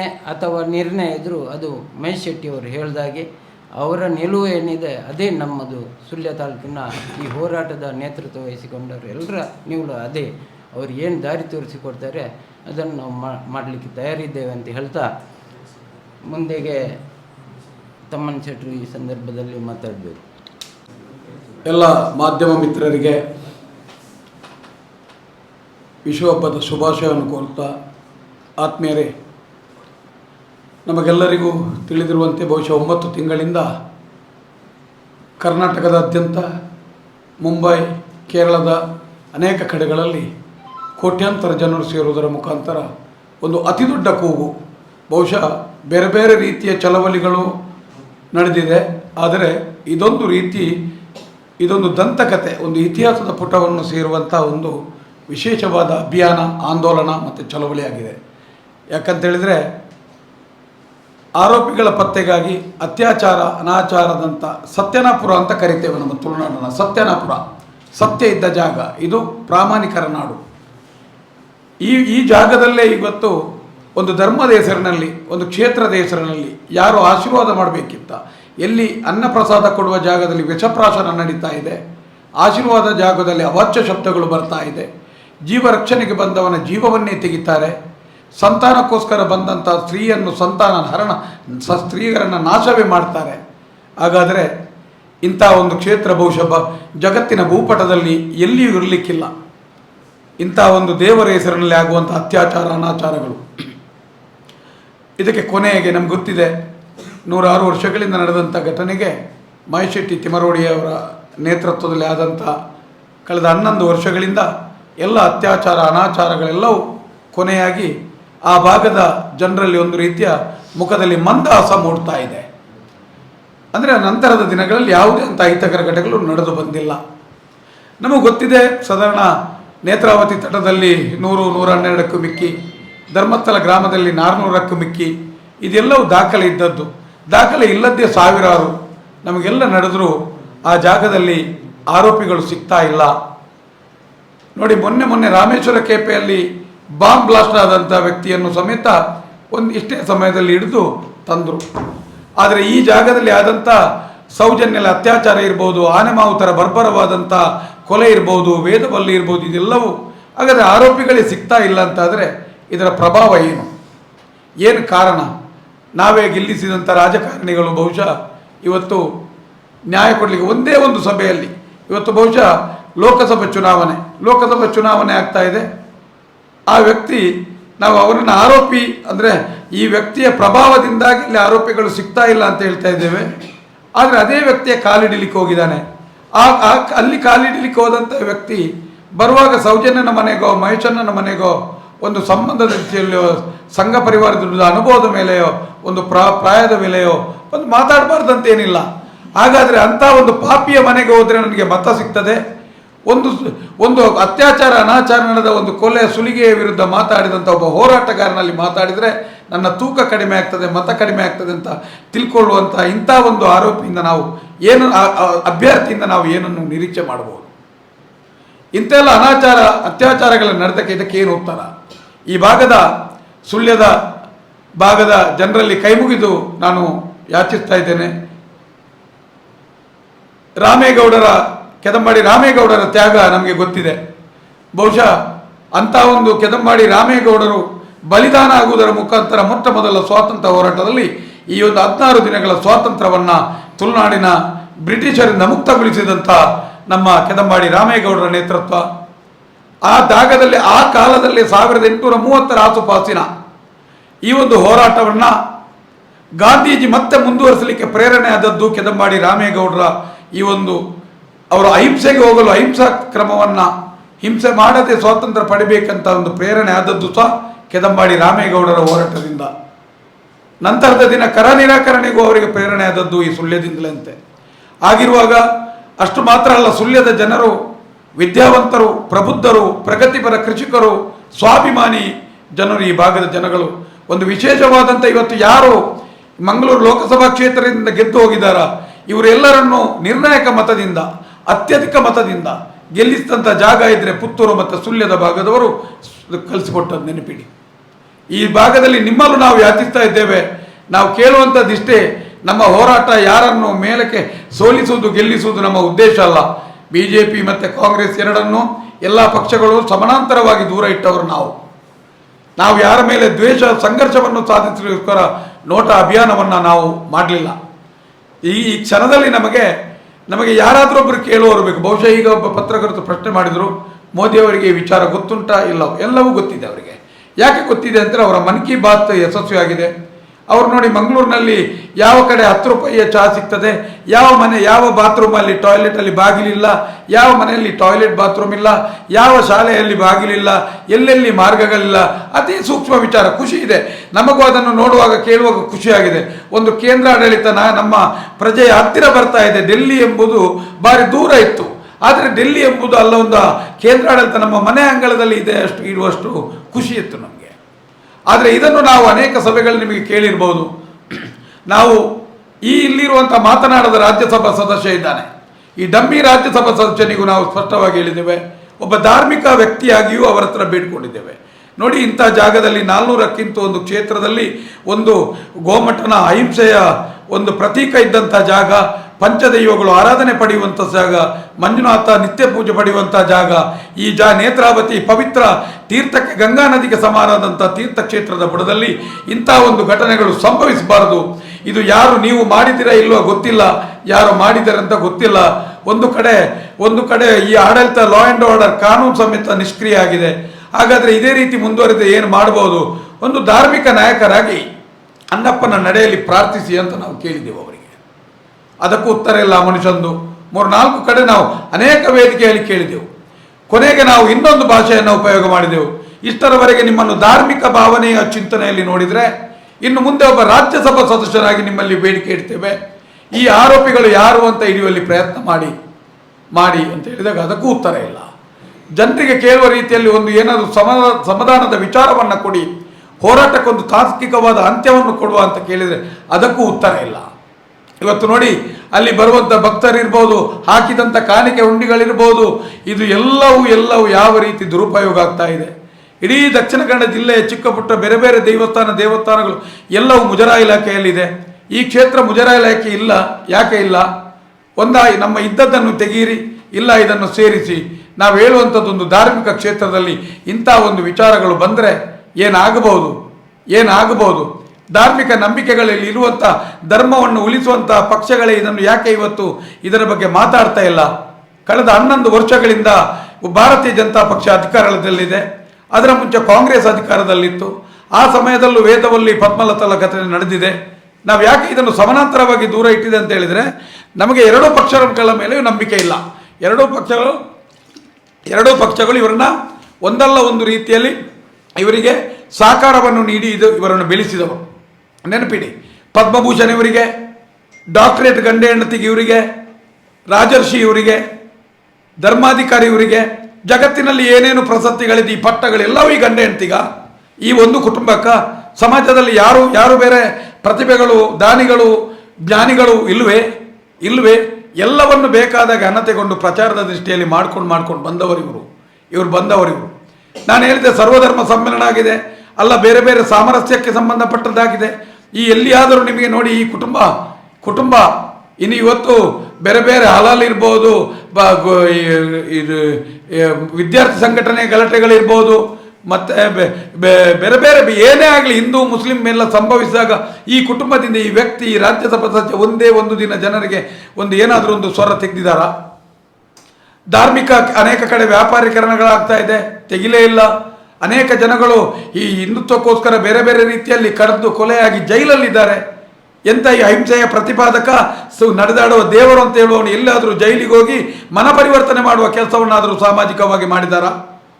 ನಾವು ಹೇಳುವಂಥ ಮಾತು ಎಲ್ಲಿಯೂ ಯಾವುದೇ ಕಾರಣಕ್ಕೂ ಒಂದೇ ಒಂದು ನಾವು ಮಾತಾಡಿದ್ದು ಸೃಷ್ಟಿಯಾದದ್ದು ಸುಳ್ಳು ಕಲ್ಪನೆಗೆ ನಿಲುಕದ್ದಿದ್ರೆ ಸಾರ್ವಜನಿಕ ಚರ್ಚೆಗೆ ನಾವು ಸಿದ್ಧರಿದ್ದೇವೆ. ನಾವು ಮಾತಾಡುವುದು ಇಷ್ಟೇ. ಈ ಸ್ವರವನ್ನು ಈಗ ನಮಗೆ ಭಾರತದ ಭೂಪಟದಲ್ಲಿ ಧರ್ಮಸ್ಥಳ ಇದೆಯಾ, ಅಲ್ಲ ಅದರಿಂದ ಬೇರೆ ಇದೆಯಾ? ಈ ಎಲ್ಲ ಅತ್ಯಾಚಾರ ಅನಾಚಾರಗಳ ವಿರುದ್ಧ ಸ್ವರ ಧ್ವನಿ ಎತ್ತಿದಂಥ ಮಹೇಶ್ ಶೆಟ್ಟರ ಮನೆಯವರು ಸೂಳೆ ಆಗ್ತಾರೆ, ಪ್ರಸನ್ನ ರವಿ ಸೂಳೆ ಆಗ್ತಾರೆ, ಮಗುವನ್ನು ಕಲ್ಕೊಂಡ ತಾಯಿ ಸೂಳೆ ಆಗ್ತಾಳೆ. ಯಾರು ಕರೆಯುವುದಿದು? ಒಬ್ಬ ಸಂಸ್ಕಾರ ಇರುವಂಥ ಸಂಘದ ಒಬ್ಬ ಜವಾಬ್ದಾರಿ ಇರುವಂಥ ಇವತ್ತ BJPಯ ನಾಯಕರು ಮಾತಾಡುವಂಥದ್ದು. ನಾವು ಈ ಮೂಲಕ ಸ್ಪಷ್ಟಪಡಿಸ್ತಾ ಇದ್ದೇವೆ. ಈ ನಮಗೆ ಭಾರತೀಯ ಜನತಾ ಪಕ್ಷದ ಅಭ್ಯರ್ಥಿಗೆ ಸ್ಪಷ್ಟಪಡಿಸ್ತಾ ಇದ್ದೇವೆ, ನಿಮ್ಮ ಮೇಲೆ ಗೌರವ ಇದೆ. ನಾವು ಯಾರನ್ನು ನಿಮ್ಮನ್ನು ಎಲ್ಲಿಯೂ ಯಾವುದೇ ರೀತಿಯಲ್ಲೂ ನಮ್ಮ ಈ ಹೋರಾಟಗಾರರ ತಂಡ ಯಾರನ್ನು ಅಶ್ಲೀಲವಾಗಿ ಅವಾಚ್ಯವಾಗಿಯೂ ನಿಂದನಾತ್ಮಕವಾಗಿ ಮಾತಾಡಿದ ಒಂದೇ ಒಂದು ಇದ್ರು ತೆಗೀರಿ. ಆದರೆ ಮಹೇಶ್ ಶೆಟ್ಟಿಯವರ ಮನೆಯನ್ನ ಅಲ್ಲ ಹೋರಾಟಗಾರರ ಬಗ್ಗೆ ಬೇರೆ ಬೇರೆ ರೀತಿಯಲ್ಲಿ ಮಾತಾಡಿದರೆ ನಿಮಗೂ ಸೊಂಟದ ಕೆಳಗಿನ ಭಾಷೆಯನ್ನು ಉಪಯೋಗಿಸಿ ನಿಮ್ಮಲ್ಲೂ ನಾವು ಮಾತಾಡಲಿಕ್ಕೆ ನಮಗೆ ಗೊತ್ತಿದೆ ಅಂತ ಈ ಮೂಲಕ ಎಚ್ಚರಿಸ್ತಾ ಇದ್ದೇನೆ ನಿಮಗೆ. ನೀವು 3 ಬಿಟ್ಟರೆ ನಾವು 6 ಬಿಟ್ಟವರು. ನೀವು ನಮ್ಮನ್ನು ಯಾವ ರೀತಿ ಬೇಕಾದರೂ ಟೋಲ್ ಮಾಡ್ಕೊಳ್ಳಿ. ಸಂಸ್ಕಾರ ಇದೆ, ನಮಗೆ ಸಂಸ್ಕಾರ ಇದೆ, ನಮಗೆ ಸಂಘದ ಶಿಕ್ಷಣ ಆಗಿದೆ. ಇಲ್ಲಿ ಇದ್ದವರು ಎಲ್ಲರೂ ಸಂಘದ ITC OTC ಆದವರೇ, ಸಂಘದ ಶಿಕ್ಷಣ ಆದವರೇ. ನಾನು ಕಳೆದ ವರ್ಷದವರೆಗೂ ಮೋದಿಗೆ ಓಟ್ ಹಾಕಿದವನು. ಈ ಸಲ ನನ್ನ ಕುಟುಂಬ, ನನ್ನ ಮನೆ, ನನ್ನ ಪರಿವಾರ ಎಲ್ಲವೂ ನೋಟಕ್ಕೆ ಆಗ್ತಾ ಇದೆ. ನಿಮಗೆ ಸಂಸ್ಕಾರವನ್ನು ಕಲಿಸಬೇಕಿದ್ರೆ ನೀವು ಈ ರೀತಿಯಾಗಿ ಮಾತಾಡೋದು ದ್ವೇಷದ ರಾಜಕಾರಣವನ್ನು ಮಾಡಬೇಡಿ. ಎಲ್ಲಿಯಾದರೂ ನೀವು ಅಭಿವೃದ್ಧಿಗೆ ಸಂಬಂಧಪಟ್ಟದ್ದು ಏನಾದರೂ ಒಂದು ದೂರದೃಷ್ಟಿತ್ವ ಇದ್ದಂಥ ಎಲ್ಲಿಯಾದರೂ ಮಾತಾಡಿದ ಒಂದೇ ಒಂದು ಉದಾಹರಣೆಗಳು ನಮ್ಮಲ್ಲಿದೆಯಾ? ಈ ಮೂಲಕ ನಿಮಗೆ ನಾವು ಸ್ಪಷ್ಟವಾಗಿ ಎಚ್ಚರಿಸ್ತಾ ಇದ್ದೇವೆ. ನಾವು ಯಾರ ತಂಟೆಗೂ ಬರೋದಿಲ್ಲ. ಯಾರನ್ನು ನಮ್ಮದು ಉದ್ದೇಶ ಎಷ್ಟೇ ಜನರೇ, ನಮ್ಮಲ್ಲಿ ಒಂದೇ ಒಂದು ಧ್ವನಿ, ಒಂದು ಪ್ರಜಾತ್ಮಕವಾದಂಥ ಒಂದು ನೋಟ ಎಂಬ ಒಂದು ವ್ಯವಸ್ಥೆ ಇದೆ. ಈ ನೋಟವನ್ನು ಹಾಕುವುದರ ಮುಖಾಂತರ ಅತ್ಯಧಿಕ ಸಂಖ್ಯೆಯಲ್ಲಿ ಸೌಜನ್ಯಲಿಗೆ ಹಾಕಿ ನಾವೆಲ್ಲ ಇಲ್ಲಿಯ ಸುಳ್ಯದ ಮಹಾಜನತೆಗೆ ನಾನು ಹೇಳುವಂಥದ್ದಿಷ್ಟೇ. ನೋಟಿನ ಆ ಒಂದು ಓಟು ಹಾಕುವ ದಿನ ನಿಮಗೊಂದು ನೆನಪಿರಲಿ, ಒಂದು 4-5 ಘಟನೆಗಳು ನಮ್ಮ ಮನಸ್ಸಿನೊಳಗಡೆ ಬರಬೇಕು. ಒಂದು ಬಚ್ಚಲು ಮನೆಯಲ್ಲಿ ಬೆಂಕಿಯಲ್ಲಿ ಸುಟ್ಟು ಬೆಂದು ಕರಕಲಾದ ವೇದವಲ್ಲಿಯ ನೋವು ನಮಗೆ ಅರ್ಥ ಆಗಬೇಕು. ಇನ್ನೊಂದು ನಮಗೆ 53 ದಿನಗಳವರೆಗೆ ಈ ಚಿಕ್ಕದನಿ ದೊಡ್ಡದನಿ 53 ದಿನ ಬೇಕಾದಾಗೆ ತಿಂದು ಅತ್ಯಾಚಾರ ಮಾಡಿ ಅವಳನ್ನು ಬಳಸಿ 53ನೇ ದಿನ ನೇತ್ರಾವತಿ ನದಿಗೆ ಬಿಸಾಡಿದಂಥ ಒಂದು ಘಟನೆಗಳು ನಮಗೆ ನೆನಪಾಗಬೇಕು. ಲೆಕ್ಕ ಹಾಕಿ ನೀವು. ಅದೇ ನಂತರದ ದಿನ ನಿಮಗೆ ಆನೆ ಮಾವುತ ತನ್ನ ಮನೆಯಲ್ಲೇ ಆನೆಯನ್ನು ಸಾಕೊಂಡು ಇಡೇ ದೊಡ್ಡದನಿ ಬಾಯಿ ಬರದ ರಾಜ್ಯಸಭೆಯನ್ನು ಅದರ ಬೆಗಲ ಮೇಲೆ ಕೂರಿಸಿಕೊಂಡು ಮುದ್ದಾಡಿ ಆಟವಾಡಿ ಮಗುವಿನಂತೆ ನೋಡಿದಂಥ ಅಣ್ಣ ತಮ್ಮಂದಿರು ಮುಂಚಿನ ದಿನ ಹಾಕಿ ರುಬ್ಬುಗಲ್ಲಿನಿಂದ ಹಾಕಿ ಕೊಂದಂಥ ಘಟನೆಗಳು ನಮಗೆ ನೆನಪಾಗಬೇಕು. ಅದರ ನಂತರ ನಿಮಗೆ ವಾರಿಜಾಚಾರಿ ಎಂಬ ಒಂದು ಹೆಂಗಸು ಮನೆಯಲ್ಲಿ ದನಿ, ಇದು ಏನು ರಕ್ತದ ಕಲೆ. ಈ ಹುಡುಗಿ ಎಲ್ಲೋ TV ನೋಡಿದಾಗ ನಾನು ನೋಡಿದಲ್ಲ ಅಂತ 2 ಮಾತು ಕೇಳಿದ್ದು ಮರುದಿವಸ ಬಾವಿಗೆ ಬಿದ್ದಾಳೆ. ವಾರಿಜಾಚಾರು ವೇದವಳ್ಳಿ ಇರ್ಬೋದು, ಸೌಜನ್ಯ ಎಂಬ ಒಂದು ಹುಡುಗಿ. ಎಲ್ಲರಿಗೂ ನಿಮಗೆ ನೆನಪಿರಲಿ, ನಮಗೆ ನವರಾತ್ರಿಯ ದಿನ ತನ್ನ ಋತದಲ್ಲಿರುವಾಗ ಹೊಸಕಿ ಊಟ ಮಾಡುವ ಕಾತರದಲ್ಲಿರುವಂಥ ಚಾಮುಂಡಿಯ ಭಕ್ತೆಯಾಗಿ ಈ ಕ್ಷಣ ಶಾಲೆಗೆ ಹೋಗಿ ಬರ್ತೇನೆ ಅಂತ ಹೇಳಿದಂಥ ಮಗುವನ್ನ ದಾರಿಯಲ್ಲಿ ಅಹಿಂಸೆಯ ಪ್ರತಿಪಾದಕನಾದಂಥ ಗೋಮಠನ ಕಾಲಬುಡದಲ್ಲಿ ಧರ್ಮದೈವಗಳ ಮಡಿಲಲ್ಲಿ ಇಂತಹ ವ್ಯಕ್ತಿಯನ್ನು ಕಿಡುಗಗಳು ಕೊಂಡೋಗಿ ಅವನು ತಿಂದು ತೇಗಿ ಕೊಂದು ಬಿಸಾಡಿದ್ರಲ್ಲ, ಆ ನೋವು, ಆ ಕ್ಷಣದ ನೋವು, ಆ ಮರ್ಮಾಂಗಕ್ಕೆ ಹಾಕಿದ ಹೊಯ್ಗೆ, ಆ ಕೂಗುಗಳೆಲ್ಲವೂ ನಮಗೆ ಆ ಮತದಾನದ ನೋಟಾ ಓಟಿನ ಬಟನ್ ನೋಡಿದಾಗ ನಮಗೆ ಅರ್ಥ ಆಗಬೇಕು. ಬಂಧುಗಳೇ, ದಯವಿಟ್ಟು ನೀವು ಮತದಾನವು ಪ್ರತಿ 5 ವರ್ಷಕ್ಕೊಮ್ಮ 3 ವರ್ಷಕ್ಕೆ ಬೇರೆ ಬೇರೆ ರೀತಿಯಲ್ಲಿ ಬರ್ತಾ ಇರ್ತದೆ. ಆದರೆ ಸೌಜನ್ಯಲಿಗೋಸ್ಕರ ಮತ ಹಾಕಲಿಕ್ಕೆ ನಮಗೆ ಒಮ್ಮೆ ಮಾತ್ರ ಅವಕಾಶ ಸಿಕ್ಕುವಂಥದ್ದು. ಈ ಸಲ ತಾವುಗಳೆಲ್ಲರೂ ಒಂದು ನೋಟಾ ಮತವನ್ನು ಹಾಕುವುದರ ಮುಖಾಂತರ ಸೌಜನ್ಯಲ ಆತ್ಮಕ್ಕೆ ಒಂದು ಶಾಂತಿ ಕೂರಿದಾಗ. ಯಾಕೆಂದರೆ ಆ ಒಂದೊಂದು ಮತ ಇವತ್ತು ಬಹುಶಃ ಸೌಜನ್ಯ ಎಂಬ ಒಂದು ಆ ಮಗು ತಾನು ಬಲಿಯಾಗುವುದರ ಮುಖಾಂತರ ಈಗ ಒಂದು ಶಕ್ತಿಯಾಗಿ ಇಡೀ ಜಗತ್ತಿನ ಈಗ ನಮ್ಮ ದಕ್ಷಿಣ ಕನ್ನಡ ಜಿಲ್ಲೆಯ ಒಂದು ಸ್ಫೂರ್ತಿ ಶಕ್ತಿಯಾಗಿ, ಕಾರ್ಮಿಕದೊಂದು ಆರಾಧನಾ ಶಕ್ತಿಯಾಗಿ ಅವಳು ಬದಲಾಗಿದ್ದಾಳೆ. ಎಲ್ಲ ಧಾರ್ಮಿಕವಾಗಿ, ಬೌದ್ಧಿಕವಾಗಿ, ಶಾರೀರಿಕವಾಗಿ ಎಲ್ಲೆಲ್ಲ ರೀತಿಯಲ್ಲಿ ಸ್ವಾಮೀಜಿಗಳ ಕೆಲವು ಹಣೆಬರ ಇರ್ಬೋದು, ರಾಜಕಾರಣಿಗಳ ಹಣೆಬರ ಇರ್ಬೋದು, ಇದು ಶಾಲೆಯನ್ನು ನಡೆಸುವವರ ಹಣೆಬರ ಇರ್ಬೋದು, ಎಲ್ಲ ಜನರನ್ನ ಒಂದು ಕ್ಷೇತ್ರ, ದೇವರು, ಆರಾಧನೆ ಎಲ್ಲ ರೀತಿಯಲ್ಲಿ ನಮಗೆ ಬುದ್ಧಿ ಕಲಿಸಿದವಳು, ನಮಗೆ ದಾರಿ ತೋರಿಸಿದವಳು. ಹಾಗಾಗಿ ಸೌಜನ್ಯ ಎಂಬ ಒಂದು ಶಕ್ತಿ, ಆ ಒಂದು ನೋಟ ಇವತ್ತೊಂದು ದೇವರ ಹೆಸರು ನಡೆಯುವಂಥ ಬಡ್ಡಿ ದಂಧೆ. ಪ್ರತಿ ಮನೆಗೆ 32 ಲಕ್ಷ ಫಲಾನುಭವಿಗಳಿಗೆ ದೀಪ ಇಟ್ಟು ಭಜನೆ ಮಾಡಿಸಿ ಹಣ ಕೊಟ್ಟರು. ನಾನು ಹೇಳಿದೆ, ದೇವಸ್ಥಾನದಲ್ಲಿ ಅಂಥದ್ದು ದಿನಕ್ಕೆ 3 ಕೋಟಿ ಹರಿಕೆ ಬೀಳುವಾಗ ನಿಮಗೆ ಹಿಂದೆ ಕೊಡಬೇಡಿ ಅಂತೇಳಿ ಒಂದು 2,000, ಒಂದು 5,000, 10,000 ಕೊಟ್ಟು ಸರ್ವೆ ಮಾಡಿ ಬಡತನ ರೇಖೆಗಿಂತ ಕೆಳಗಿದ್ದವರಿಗೆ ಆದರೂ ಕೊಟ್ಟು ನಿಮ್ಮ ಪುಣ್ಯ ಕಟ್ಕೊಳ್ಬಹುದಿತ್ತು. ನೀವು ಸ್ವಾರ್ಥವನ್ನು ಉಪಯೋಗಿಸಿ ಎಲ್ಲ ಮನೆಗಳಿಗೂ ನೀವು ಬಡ್ಡಿ ಹಣವನ್ನು ಕೊಟ್ಟು ಆ ಮನೆಯನ್ನು ಚಕ್ರ ಬಡ್ಡಿ ಸುಲಿಗೆ ಸಿಕ್ಕುವ ಹಾಗೆ ಮಾಡಿ, ಬಹುಶಃ ಆ ಮನೆ ಇವತ್ತು ನೋಡ್ಬೋದು. ಎಲ್ಲ ಮಕ್ಕಳು ನಾವು ನೋಡ್ಬೋದು. ವೀಕೆಂಡ್ ಅಂದರೆ ಶನಿವಾರ ಆದಿತ್ಯವಾರ ತಿರುಗಾಡ್ಲಿಕ್ಕೆ ಹೋಗುವ ಸಮಯ, ಖುಷಿಯ ದಿನ. ಏನಾದರೂ 7 ದಿನ ದುಡಿದು ತಿಂದು ಏನಾದರೂ ತಂದು ಮನೆಯಲ್ಲಿ ಖುಷಿಯಾಗಿ ಊಟ ಮಾಡುವ ದಿನ. ಆದರೆ ಈ ಅಲ್ಕಗಳ ಈ ರಾಜ್ಯಸಭಾ ಸದಸ್ಯನ ಬಡ್ಡಿ ದಂಧೆಯಿಂದಾಗಿ ಶನಿವಾರ ಆದಿತ್ಯವಾರ ಇವರಿಗೆ ಬಡ್ಡಿಗೆ ಹಣ ಸೇರಿಸಲಿಕ್ಕೆ ಆಚೆ ಮನೆಯಿಂದ ಈಚೆ ಮನೆಯಿಂದ ಜನ ಸೇರಿಸಿ ಆ ತಲೆಬಿಸಿಯನ್ನು ತಂದು ಕೊಟ್ಟವನೇ ಇವನು. ನಿಮ್ಗೆ ಗೊತ್ತಿರ್ಬೋದು, ಯಾವುದೇ ಸಂಸ್ಥೆಗಳಿರ್ಬೋದು, ಅದು ದೀರ್ಘ ಮಟ್ಟದ ಕೆಲವು ಸಾಲಗಳನ್ನೆಲ್ಲ ದೀರ್ಘಾವಧಿ ಸಾಲಗಳನ್ನು ಕೊಡ್ತವೆ. ವಾರ ಸಾಲ ಕೊಡೋದು ತಮಿಳ್ನವರು ಕೊಡೋಲ್ಲ, ತಿಂಗಳು ಕೊಡ್ತಾರೆ. ಒಬ್ಬ ಕಟುಕರದ ಚಕ್ರ ಬಡ್ಡಿ ಅವರು ಸಹ ಕೊಡ್ತಾ ಇಲ್ಲ. ಅಂತ ಇವರು ವಾರ ಬಡ್ಡಿ ಕೊಟ್ಟು ಪ್ರತಿ ಮನೆಯನ್ನು ಇವತ್ತು ಇದು ಮಾಡ್ತಾ ಇದ್ದಾರೆ. ಒಂದು ಮನೆಯ ನೆಮ್ಮದಿಯನ್ನು ಕೇಳ್ತಾ ಇದೆ. ನಾವಿವತ್ತು ಎಲ್ಲರೂ ಈ ನೋಟ ಓಟು ಹಾಕುವಂಥ ಈ ಸುಳ್ಯದ ಜನತೆ, ಇಡೀ ಕರ್ನಾಟಕದ ಜನತೆಗೆ ನಾನು ಹೇಳುವಂಥದ್ದು ಇಷ್ಟೇ, ಆ ಬಡ ಜೀವಿಗಳನ್ನು ಚಕ್ರ ಬಡ್ಡಿಯ ಸುಳಿಯಿಂದ ಹೊರತರುವಂಥ ಒಂದು ಕೆಲಸ ಇದೆ. ಅದು ಒಂದೇ ಒಂದು ನೋಟ ಓಟು ಬಟನ್ ಒತ್ತುವುದರ ಮುಖಾಂತರ. ಯಾಕಂದ್ರೆ ಇವತ್ತು ಯಾರು ಕೇಳಲಿಕ್ಕಿಲ್ಲ. ಒಂದು ಕಂಪ್ಲೇಂಟ್ ಕೊಟ್ಟರೆ ತೆಗೆಯುವ ಜನ ಇಲ್ಲ, ಮಾತಾಡುವ ಜನ ಇಲ್ಲ. ಯಾಕಂದ್ರೆ ಈ ಅಣ್ಣ ತಮ್ಮಂದಿರಿ ಈ ಒಂದು ಕೂಟದ ಈ ದುಷ್ಟ ಸಾಮ್ರಾಜ್ಯವನ್ನ ಇವತ್ತಿನ 100 ವರ್ಷಗಳಿಂದ ಒಬ್ಬ ಜೀವ ಇದ್ದಂಥ ವ್ಯಕ್ತಿ, ಮತಿ ಇದ್ದಂಥ ವ್ಯಕ್ತಿ ಪ್ರಶ್ನೆ ಮಾಡಿದ ಇತಿಹಾಸ ಇಲ್ಲ. ಅಕಸ್ಮಾತ್ ಅದನ್ನು ಪ್ರಶ್ನೆ ಮಾಡಿ ಹೋರಾಟಕ್ಕೆ ತಿರುಗಿಸಿ ಆ ಒಂದು ಇಡೀ ಸಾಮ್ರಾಜ್ಯವನ್ನ ಪತನದಂಚಿಗೆ ದೂಡಿದಂಥ ದೂಡಿ ಜನಸಾಮಾನ್ಯರ ನೆಮ್ಮದಿಯಲ್ಲಿ ಬದುಕು ಕೊಟ್ಟಂತ ಒಬ್ಬ ನಾಯಕ ಇದ್ರೆ ಅದು ಮಹೇಶ್ ಶೆಟ್ಟಿ ತಿಮರೋಡಿ ಮಾತ್ರ. ಅದನ್ನು ನಾವು ಈ ನಿಮ್ಗಂತ ಪತ್ರಿಕೆಗೆ ತಿಳಿಸಿಗೆ ನಮಗೆ ಸಂತೋಷ ಆಗ್ತದೆ. ಮತ್ತು ಆ ವ್ಯಕ್ತಿತ್ವದ ನಾಯಕತ್ವದ ಜೊತೆ ನಮಗೆ ಹೋರಾಟ ಮಾಡಲಿಕ್ಕೆ ಖುಷಿ ಇದೆ ನಮಗೆ. ಅದರ ನಂತರ ಇದ್ದರೆ ನಿಮಗೆ ನಾವು ನೆನಪಿಡಿ, ಒಂದು ವೇಳೆ ಇದರ ಮುಂಚೆ ಒಬ್ಬ ಧೈರ್ಯದ ಒಬ್ಬ ರಾಜಕಾರಣಿ ಅಂತ ಇದ್ದರೆ ಶ್ರೀ ಬಿ ಜನಾರ್ದನ ಪೂಜಾರಿಯನ್ನು ನಾವು ಈ ಹೊತ್ತಲ್ಲಿ ನಾವು ನೆನಪಿಡಬೇಕು. ಅಲ್ಲಿ ಸೌಜನ್ಯ ಹತ್ಯೆಯಾದಾಗ ಅಲ್ಲಿ ಹೋಗಿ 1 ಲಕ್ಷ ಮೌಲ್ಯವನ್ನು ಕೊಟ್ಟು ಸಾವಿನ ಖರ್ಚು ನಿಮಗೆ ನ್ಯಾಯದಕ್ಕೆ ಏನಾದರೂ ಬೇಕಿದ್ರೆ ನಾನು ಸಹಕಾರ ಕೊಡ್ತೇನೆ ಧೈರ್ಯ ತುಂಬಿ ಹೇಳಿದಂಥ ಒಬ್ಬ ಜನಾರ್ದನ ಪೂಜಾರಿಯನ್ನು ಈ ಹೊತ್ತಲ್ಲಿ ನಾವು ಅವರನ್ನು ನೆನೆಸಬೇಕು. ಈಗ ಯಾವುದೇ ಇಷ್ಟು ಜನ ರಾಜಕಾರಣಿಗಳಿದ್ದಾರೆ, ಯಾರಾದರೂ ಸೌಜನ್ಯನ ಮನೆಗೆ ಹೋಗಿ ನ್ಯಾಯ ಕೊಡ್ತೇನೆ ಅಂತೇಳಿ ಹೇಳಿದ್ದು ವಿಚಾರ ಇದೆಯಾ? ಅದು ಬಿಡಿ. ಕುಕ್ಕುಂದೂರಿನಂಥ ಒಂದು ಜಾಗದಲ್ಲಿ ಸಭೆ ನಡೆದಾಗ ಆ ಕಾರ್ಕಳದ ಕ್ಷೇತ್ರದ ಶಾಸಕನೇ ಹೋಗಿ ಭಾಗವಹಿಸಿ ಅಹಂಕಾರ ಮೆರೆದಂಥ ಇತಿಹಾಸವಿದೆ, ನೆನಪಿಡಿ. ಯಾಕೆ ಹೇಳಿದರೆ ಇಷ್ಟು ಜನರ ಕೂಗು ಇವರಿಗೆ ಅರ್ಥ ಆಗದಿದ್ರೆ ಬರೇ ಅಲ್ಲಿಯ ಕಪ್ಪ ತೆಗೊಂಡು ಹಣ ತೆಗೊಂಡು ಬದುಕುವಂಥ ಇವರಿಗೆ ಇರಬೇಕಿದ್ರೆ ನಿಸ್ವಾರ್ಥವಾಗಿ ಎದೆಗಾರಿಕೆಯಿಂದ ಕಿಸೆಯಿಂದ ಹಣ ಹಾಕಿ ಸಂಘಟನೆಯನ್ನು ನಿರ್ಮಾಣ ಮಾಡಿ ಹೋರಾಟ ಮಾಡುವಂಥ ಮಹೇಶ್ ಶೆಟ್ಟಿಗೆ ಹೇಗಿರ್ಬೋದು ನೆನಪಿಟ್ಕೊಳ್ಳಿ.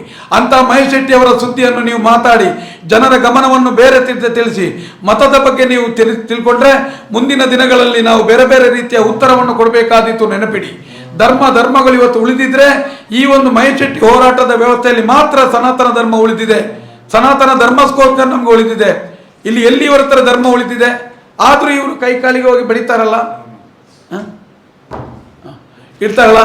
ಹಾಗಾಗಿ ಇರುವಂಥದ್ದು ಏನೇ ಇರ್ಬೋದು, ಪ್ರತಿಯೊಬ್ಬರು ನಾವು ಈ ಸುಳ್ಯದ ಮಹಾಜನತೆಗೆ ನೋಟ ಒಂದು ಓಟು ಮಾಡಿ ಸೌಜನ್ಯಲಿಗೋಸ್ಕರ ಮಾಡಿ ಆ ಸೌಜನ್ಯ ನೆನಪಾಗಲಿ. ಆ ನೋಟ ಓಟು ಜಗತ್ತು ಮಂಗಳೂರು ಮತ್ತೆ ಇಡೀ ಭಾಗವನ್ನು ತಿರುಗಿ ನೋಡುವಂಥ ರೀತಿಯಲ್ಲಿ ಆಗಿರಲಿ. ಎಲ್ಲರೂ ಯಾವುದೇ ಕಾರಣಕ್ಕೂ ನೋಟಕ್ಕೆ ಒಂದು ಓಟು ಕೊಡಲು ದಯವಿಟ್ಟು ನೀವು ಕೊಡುವಂಥ ಒಂದು ನೋಟ ಓಟು 436 ಸತ್ತ ಆತ್ಮಗಳಿಗೆ ಶಾಂತಿ ಸಿಗ್ತದೆ. 100 ಕುಟುಂಬಗಳು ಚಕ್ರ ಬಡ್ಡಿಯಿಂದ ಹೊರಬರ್ತದೆ. ನೆಮ್ಮದಿಯ ಸುಂದರ ಬದುಕಿಗೆ ನಿಮ್ಮ ನೋಟ ಓಟು ಕಾರಣ ಆಗ್ತದೆ. ನೋಟ ಓಟು ಏನಂತ ಹೇಳಿದ್ರೆ, ನೋಟ ಓಟು ಈ ರೀತಿ ನಡೀಲಿಕ್ಕೆ ಆಗ್ತದೆ. ಪ್ರಜಾಪ್ರಭುತ್ವದ ವ್ಯವಸ್ಥೆಯನ್ನು ಉಪಯೋಗಿಸಲಾಗ್ತದೆ. ಜನಸಾಮಾನ್ಯರಿಗೆ ಸೊರವಾಗ್ತದೆ. ಸ್ತಂಭವಾಗ್ತದೆ, ಅದು ಆಧಾರ ಸ್ತಂಭ ಆಗ್ತದೆ ಅಂತ ಹೇಳುತ್ತಾ ಮತ್ತೊಮ್ಮೆ ಮಗದೊಮ್ಮೆ ನಿಮ್ಮಲ್ಲಿ ನೋಟ ಒಟ್ಟಿಗೆ ಮತ ಚಲಾಯಿಸಿ 2.5 ಲಕ್ಷಕ್ಕಿಂತಲೂ ಮಿಕ್ಕಿ ನಮಗೆ ಮತದಾನ ಆಗುವ ರೀತಿಯಲ್ಲಿ ಸುಳ್ಯದ ಮಹಾಜನತೆ ಸ್ಪಂದಿಸಬೇಕಂತ ನನ್ನ ಮಾತು. ಆತ್ಮೀಯರೇ, ಈಗ ವಿವರವಾಗಿ ಮಹೇಶ್ ಶೆಟ್ಟರು ಮತ್ತು ತಮ್ಮಣ್ಣ ಶೆಟ್ಟರು ವಿವರವಾಗಿ ಎಲ್ಲ ಹೇಳಿದರು. ಆದರೆ ನಾನು ಸುಳ್ಯದ ಈ ತಾಲೂಕಿನ ಗೌಡ ಸಮಾಜದ ಬಂಧುಗಳ ಅಧಿಕ ಇರತಕ್ಕಂಥ ಈ ಒಂದು ತಾಲೂಕಿನಲ್ಲಿ ಯಾವಾಗ ನಾವು ಪ್ರಥಮವಾಗಿ ಇಡೀ ಜಿಲ್ಲೆಯಲ್ಲಿ, ರಾಜ್ಯದಲ್ಲಿ, ದೇಶದಲ್ಲಿ ಪ್ರಥಮವಾಗಿ ಒಂದು ಹೋರಾಟದ ಒಂದು ರೂಪುರೇಖೆಗಳನ್ನು ಮತ್ತು ಹೋರಾಟಕ್ಕೆ ಇಳಿದಂಥ ಒಂದು ಚರಿತ್ರೆ ಇದ್ದರೆ ಅದು ಸುಳ್ಯ ತಾಲೂಕಿನಲ್ಲಿ. ನಂತರ ಎಲ್ಲ ಕಡೆಯಲ್ಲಿ ಆಯಿತು. ಅದು ತುಂಬ ಸಂತೋಷದ ವಿಷಯ. ಆದರೆ ನಮಗೆ ಬೇಸರದ ಸಂಗತಿ ಅಂದರೆ ಇಷ್ಟು ದೊಡ್ಡ ನಮ್ಮ ಒಕ್ಕಲಿಗ ಸಮಾಜದ, ನಾನು ಒಂದು ಒಕ್ಕಲಿಗನಾಗಿ ಹೇಳ್ತಾ ಇದ್ದೇನೆ, ಒಂದು ಗೌಡನಾಗಿ ಹೇಳ್ತಾ ಇದ್ದೇನೆ, ಒಕ್ಕಲಿಗ ಸಮಾಜದ ಒಂದು ಹುಡುಗಿಗೆ ಈ ರೀತಿಯಾಗಿ ಅತ್ಯಾಚಾರ ಎಲ್ಲ ನಡೆಯುವಾಗ ಯಾಕೆ ಈ ನಮ್ಮ ಸಮಾಜದವರು ಧ್ವನಿ ಎತ್ತಲಿಲ್ಲ? ಮಹೇಶ್ ಶೆಟ್ಟರ ಕುಟುಂಬದವರವರು ಒಂದು ಧರ್ಮಕ್ಕಾಗಿ, ಒಂದು ನ್ಯಾಯಕ್ಕಾಗಿ, ಒಂದು ಹೆಣ್ಣಿಗೆ ಆದಂಥ ಅವಮಾನವನ್ನು ತೀರಿಸುವುದಕ್ಕಾಗಿ ಈ ಧರ್ಮದಕ್ಕೆ ರಕ್ಷಣೆ ಬೇಕು ಅಂತ ಹೇಳಿಕೊಂಡು ಮಹೇಶ್ ಶೆಟ್ಟರು ಇವತ್ತು ಯಾವಾಗ ಅವರು ಮಹೇಶ್ ಶೆಟ್ಟರು ಎಂದು ಕೈಗೆ ಎತ್ತಿಕೊಂಡ್ರು ಆವತ್ತೇ ನಾವೆಲ್ಲ ಅವರಿಗೆ ಬೆಂಬಲವನ್ನು ವ್ಯಕ್ತಪಡಿಸಿದ್ದೇವೆ. 1837ರಲ್ಲಿ ಯಾರು ಕೆದಂಬಾಡಿ ರಾಮಗೌಡರು ಈ ಸುಳ್ಯ ತಾಲೂಕಿನ ಈ ಸುಳ್ಯದ ಹೆಸರನ್ನು ಇಡೀ ದೇಶದಲ್ಲಿ ಎತ್ತಿ ಹಿಡಿದರು. ಅದೇ ರೀತಿ ಇವತ್ತು ಮಹೇಶ್ ಶೆಟ್ಟಿ ತಿಮ್ಮರೋಡಿಯವರು ನಂತರ ಯಾವ ಗಂಡು ಮಗ ಕೂಡ ಹುಟ್ಟಿಲ್ಲ, ಅವರವರು ಸಾರ್ಥಕವಾಗಿ ಹುಟ್ಟಿದವರಿದ್ದಾರೆ.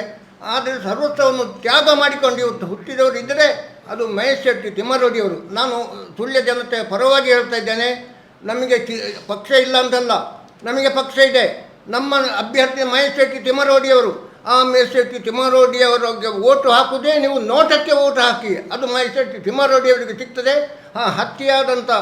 ಅತ್ಯಾಚಾರದಂಥ ನಮ್ಮ ಮಗಳು, ನಮ್ಮ ತಂಗಿಯೋ, ನಮ್ಮ ಸಹೋದರಿಗೆ ಒಂದು ಮೋಕ್ಷಕ್ಕೆ, ಒಂದು ಆತ್ಮಕ್ಕೆ ಒಂದು ಶಾಂತಿ ಸಿಗ್ತದೆ ಅಂತ ಹೇಳುವಂಥದ್ದು ನಾನು ಸುಳ್ಯ ಜನತೆಗೆ ಹೇಳ್ತಾ ಇದ್ದೇನೆ. ದಯಮಾಡಿ 24ನೇ ತಾರೀಕು ಸುಳ್ಯದಲ್ಲಿ ಒಂದು ಸಮಾವೇಶವನ್ನು ಮಾಡ್ತೇವೆ ಅಂತ ಹೇಳಿದ್ದಾರೆ.